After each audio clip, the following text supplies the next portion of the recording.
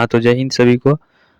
आज हम लोग जो है इस वीडियो में देखेंगे कक्षा 10 का हिंदी का काव्य खंड का फर्स्ट चैप्टर, जो कि है राम नाम बिनु बिरथे जगी जन्मा, जो कि एक काव्य खंड है। इसके लेखक जो है संत गुरु नानक देव जी है। तो इसी चैप्टर का हम लोग आज इस वीडियो में ऑब्जेक्टिव क्वेश्चन करेंगे। अगर आप लोग इस वीडियो में शुरू से अंत तक बने रहते हैं तो इस चैप्टर से जितने भी क्वेश्चन आपके एग्जाम में आएंगे इसी से आने वाले हैं। तो बने रहिए, आप लोगों से उम्मीद होगी। तो चलिए हम लोग स्टार्ट करते हैं। हमारा पहला क्वेश्चन दिया गया है। पहला क्वेश्चन है कि गुरु नानक का जन्म कब हुआ था। ऑप्शन में 1450, 1469, 1475, 1480।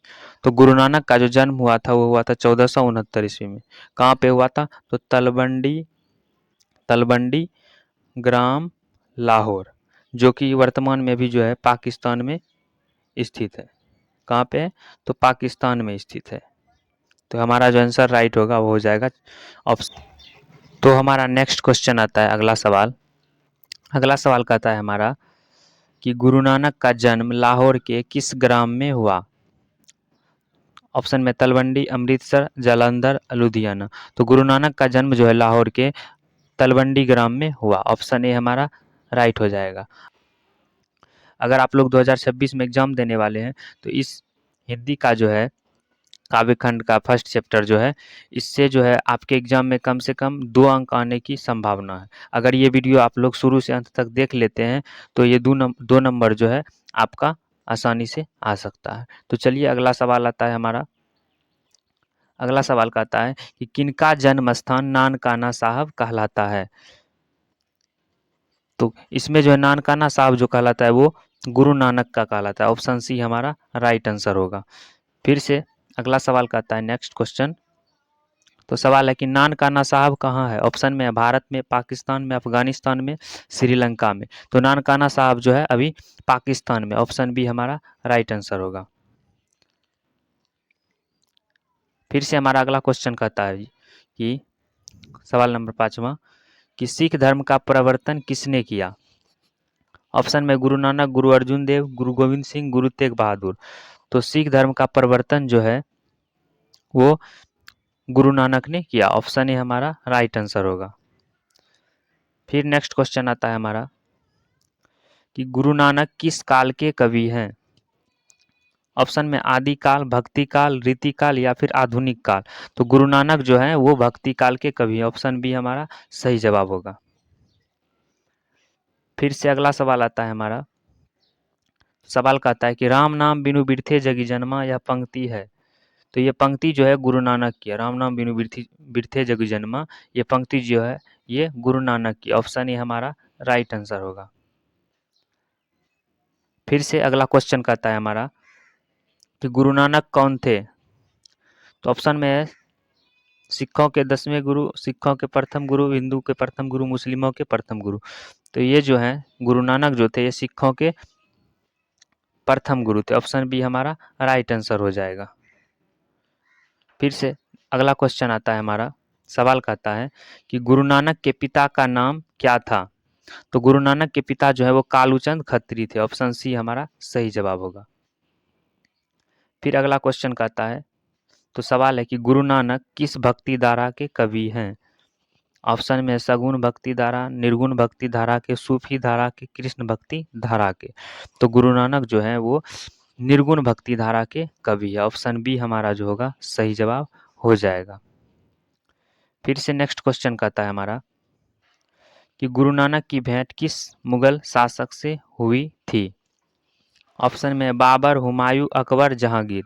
तो गुरु नानक की जो भेंट है वो बाबर से हुई थी। ऑप्शन ए हमारा राइट आंसर हो जाएगा।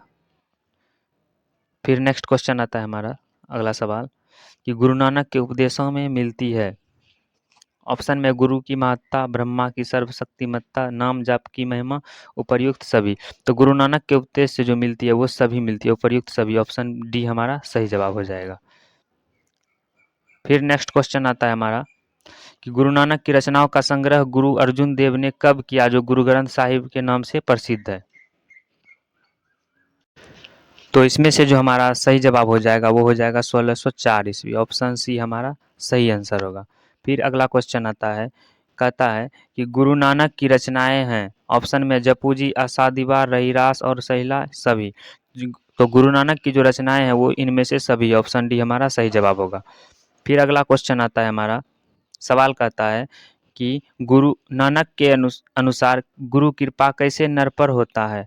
ऑप्शन में जो दुख में दुख नहीं मानता है, जो दुख में दुख, सुख में उदासीन रहता है, जो कंचन और मिट्टी में भेद नहीं समझता है, उपर्युक्त सभी।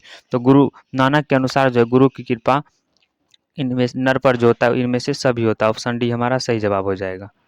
फिर अगला क्वेश्चन कहता है, तो हमारा अगला क्वेश्चन आता है, क्वेश्चन कहता है कि गुरु नानक की दृष्टि में ब्रह्मा का निवास कहाँ है। ऑप्शन में मंदिर में, मस्जिद में, कर्मकांड में, सच्चे हृदय में। तो गुरु नानक की दृष्टि में जो ब्रह्मा का निवास है वो है सच्चे हृदय में। ऑप्शन डी हमारा सही जवाब होगा। फिर अगला क्वेश्चन आता है हमारा कि राम नाम बिनु बिरथे जगी जन्मा किस पर बल देता है। तो इसमें से हमारा सही जवाब जो होगा वो होगा सच्चे हृदय से राम के कीर्तन पर। ऑप्शन डी हमारा राइट आंसर होगा। फिर से हमारा अगला क्वेश्चन आता है, तो सवाल कहता है कि रहीरास किसकी रचना है। तो रहीरास जो है वो गुरु नानक की। ऑप्शन बी हमारा सही जवाब होगा।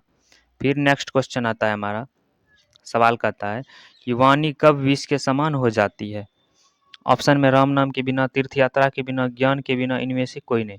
तो वाणी जो है राम नाम के बिना जो है वो विष के समान हो जाती है। ऑप्शन ए हमारा सही जवाब होगा।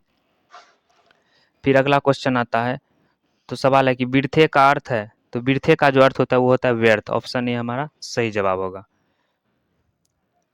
फिर नेक्स्ट क्वेश्चन है, कवि नानक ने किसके बिना जगत में यह जन्म व्यर्थ मानते हैं। तो कवि नानक जो है इस जीवन में जो बिना जगत में जो है जन्म व्यर्थ मानते हैं वो मानते हैं नाम जप कीर्तन के।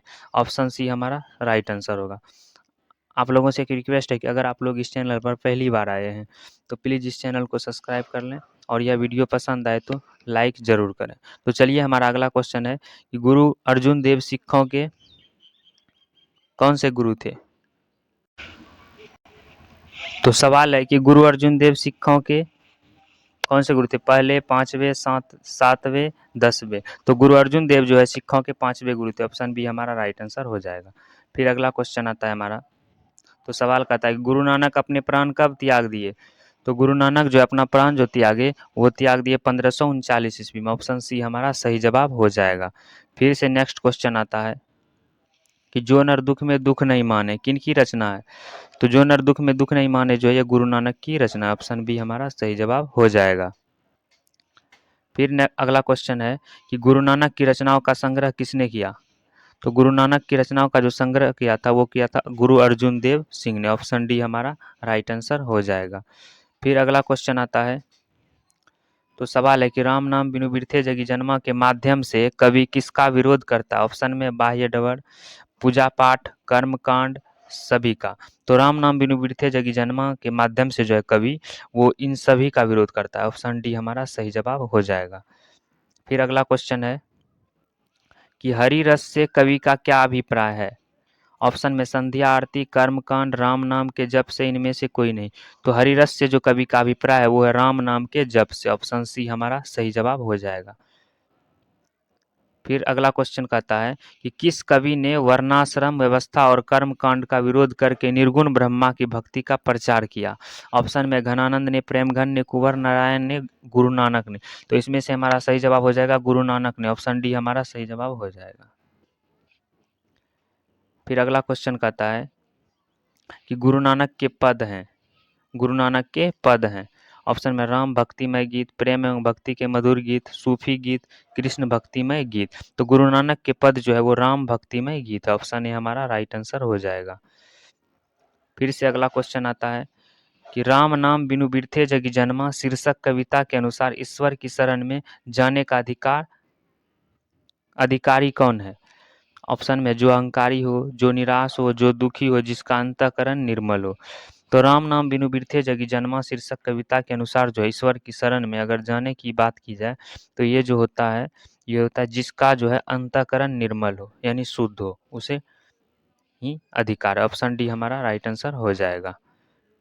फिर अगला क्वेश्चन कहता है कि नानकाना साहब का संबंध है, ऑप्शन में गुरु नानक से, रसखान से, प्रेमगंज से, घनानंद से। तो नानकाना साहब का जो संबंध है वो है गुरु नानक से। ऑप्शन ए हमारा सही जवाब हो जाएगा।